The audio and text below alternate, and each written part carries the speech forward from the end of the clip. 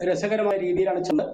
നമ്മുടെ മുഴുവൻ കർഷകരുടെ ക്ഷേമത്തിന് വേണ്ടി, പ്രത്യേകിച്ച് മലയോര കർഷകരുടെ ക്ഷേമത്തിന് വേണ്ടിയുള്ള കാര്യങ്ങളാണ് നമ്മൾ ചർച്ച ചെയ്യുന്നത്. പക്ഷെ നിർഭാഗ്യവശാൽ കർഷകരൊക്കെ ഒരു ഭാഗത്തും വന്യമൃഗങ്ങള് വേറെ ഭാഗത്തും അവരെ നിയന്ത്രിക്കാൻ സർക്കാർ അതിനോടൊപ്പം ആ രീതിയിൽ ചർച്ച തിരിഞ്ഞു പോകുന്നുണ്ട്. വാസ്തവത്തിൽ സർക്കാരിന്റെ തന്നെ ഉത്തരവാദിത്വമാണ് മനുഷ്യന്റെ ഗുണത്തിന് വേണ്ടി, ദീർഘകാലമായിട്ടുള്ള ഗുണത്തിന് വേണ്ടി, അവരുടെ നന്മയ്ക്ക് വേണ്ടി, അവർക്ക് സുഖമായിട്ട് കൃഷി ചെയ്യാൻ പാകത്തിന് വേണ്ടി, അവന് കുടിവെള്ളം ഉറപ്പുവരുത്തുന്നതിന് വേണ്ടി ഈ വനത്തെയും വന്യജീവികളെയും രക്ഷിക്കണം എന്നുള്ളത്. അതായത് വനത്തെ രക്ഷിക്കാനുള്ള ഒരു ഡിപ്പാർട്ട്മെന്റ് അല്ല വനം വകുപ്പ്, ജനങ്ങൾക്ക് വേണ്ടിയാണ്. ജനങ്ങൾക്ക് വേണ്ടിയാണ് മൃഗങ്ങളെ രക്ഷിക്കപ്പെടുന്നത്. അപ്പൊ നമ്മളൊരു കൂട്ടായിട്ടുള്ള സൗഹാർദ്ദപൂർണമായിട്ടുള്ള ഒരു സഹവർത്തിത്വം നമുക്ക് ആവശ്യമാണ്. ഭരണഘടനാപരമായിട്ടുള്ള മൗലിക അവകാശം ഉള്ളതുപോലെ തന്നെ ആർട്ടിക്കിൾ 51A പറയുന്നു, ഫണ്ടമെന്റൽ ഡ്യൂട്ടീസ് ഉണ്ട്. നമ്മുടെ ഓരോ പൗരന്റെ ഉത്തരവാദിത്വമാണ് നമ്മുടെ നാട്ടിലെ പ്രകൃതിയെ, വന്യജീവികളെ സംരക്ഷിക്കുക എന്നുള്ളതും. ഭാരതത്തിൽ മാത്രമുള്ള ഒരു പ്രത്യേകതയാണ് and we shall be compassionate to animals. മൃഗങ്ങളോട് സഹതാപപൂർണം പെരുമാറണം എന്നുള്ളത് മറ്റു വേറൊരു രാജ്യത്തിന്റെ ഭരണഘടനയിലില്ല, ഭാരതത്തിന്റെ ഭരണഘടനയിൽ മാത്രമുള്ളതാണ്. നമ്മൾ മുഴുവൻ ജീവജാലങ്ങളോടും വളരെ സ്നേഹത്തോടുകൂടി, സഹതാപത്തോടുകൂടി, അനുകമ്പാപൂർണം പെരുമാറണം എന്നുള്ളത്.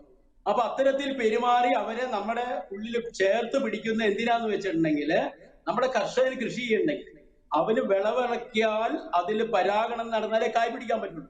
നമ്മൾ വളമിട്ടിട്ടുണ്ടെങ്കിൽ ആ വളത്തെ ഇനോർഗാനിക് ആയിട്ടുള്ള വളത്തെ മാറ്റണമെന്നുണ്ടെങ്കിൽ മണ്ണിൽ സൂക്ഷ്മജീവികൾ വേണം. അവനെ അവിടെ കരണ്ട് ഉണ്ടാവണമെങ്കിൽ വനം വേണം. ഇപ്പൊ ഇലക്ട്രിസിറ്റി കണക്ഷൻ, ഡാം കെട്ടി പവർ ഹൗസ് ഉണ്ടെങ്കിൽ അവിടെ വെള്ളം വേണം. അപ്പൊ ഈ വനത്തെയും വന്യജീവികളെയും സംരക്ഷിക്കുന്നതിന് മനുഷ്യന് വേണ്ടി തന്നെയാണ്. അപ്പൊ കർഷകർക്ക് വേണ്ടിയാണ്, കർഷകരുടെ ക്ഷേമത്തിന് വേണ്ടിയാണ്, ഇനി ജനിക്കാനിരിക്കുന്ന ആളുകളുടെ കൂടി ഗുണത്തിന് വേണ്ടിയാണ് വനം വകുപ്പും സർക്കാരും പ്രവർത്തിക്കുന്നത്. ഈ ജഡ്ജ്മെന്റിൽ ഒരു പ്രത്യേകത പെട്ടെന്ന് വായിക്കുമ്പോൾ 555 മരണമുണ്ടായി എന്ന് പറഞ്ഞു. മരണം വളരെ വളരെ ദുഃഖകരമാണ്. ആരുടെ ആയാലും ഒരാൾ മരിച്ചാൽ പോലും നമുക്കത് ഒഴിവാക്കേണ്ടതാണ്. പക്ഷെ ഇതില് ഭൂരിഭാഗവും മരണവും പാമ്പ് കടിയേറ്റ് വനത്തിന് പുറത്താണ്. ഫോറസ്റ്റ് ഡിപ്പാർട്ട്മെന്റായിട്ട് ബന്ധമുള്ളതല്ല, ഡയറക്റ്റുള്ളതല്ല. എവിടെ കാണുന്ന പാമ്പിനും നമ്മൾ ഉത്തരം പറയണം എന്നുള്ള രീതിയിൽ വനം വകുപ്പിന്റെ ഒരു ചുമതലയായിട്ട് മാറിപ്പോയിന്നുണ്ട്. പക്ഷെ ഇത് വായിച്ചാൽ, പ്രത്യേകിച്ച് അതിന്റെ ഫോട്ടോ ഒക്കെ കാണുമ്പോൾ ആനകുത്തിയാണ് ഇത്തരം മരിച്ചതെന്ന് തോന്നുന്നു. അപ്പൊ ആനകുത്തി മരിച്ചത് വളരെ 100 താഴെ ഉള്ളൂ. അതിൽ തന്നെ വനത്തിന്റെ അകത്താണ് അതിൽ ഭൂരിപക്ഷം മരിച്ചിട്ടുള്ളത്.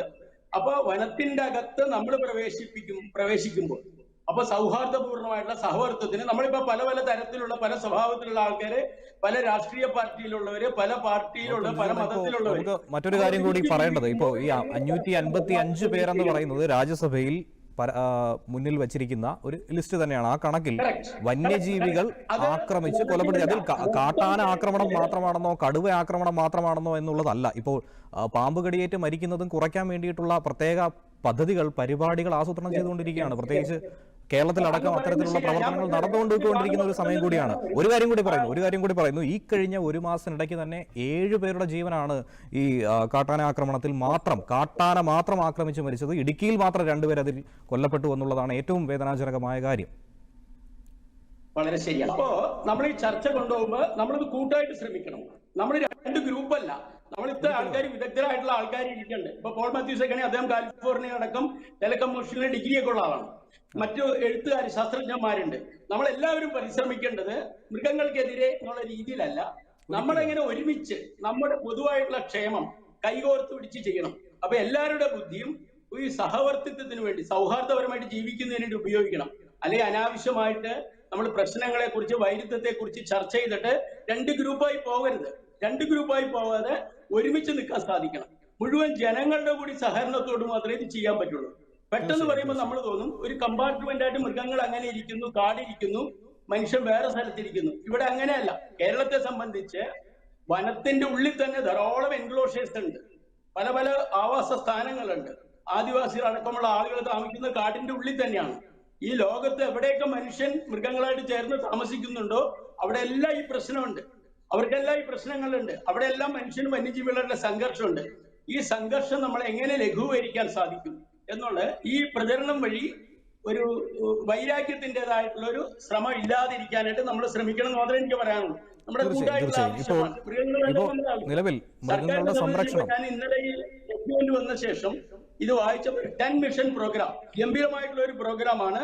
RRT, PRT, സ്നേക്ക് ബൈറ്റ് കൂടിയുള്ളത്, ട്രൈബ്സിന്റെ പരമ്പരാഗത വിജ്ഞാനം ഉപയോഗിക്കേണ്ടത്, സോളാർ ഫെൻസിങ്, ഇന്നത്തെ കാര്യങ്ങളെല്ലാം ചെയ്യണം. നമ്മുടെ നാട്ടിൽ ഒരു കാര്യം, ഇപ്പൊ വിദ്യാഭ്യാസമാണെങ്കിലും സർക്കാർ ഒറ്റയ്ക്കല്ല, നാട്ടുകാർ കൂടി ചെയ്യണം, എല്ലാവരും കൂടി ചെയ്യണം. ജനകീയ ആസൂത്രണം കൊണ്ടുവന്ന അതിനാണ്. അപ്പൊ ജനകീയ ആസൂത്രണത്തിൽ ഇത്തരത്തിലുള്ള മനുഷ്യ വന്യജീവി സംഘർഷം ലഘൂകരിക്കാനുള്ള കാര്യങ്ങൾ കൂടി വേണം.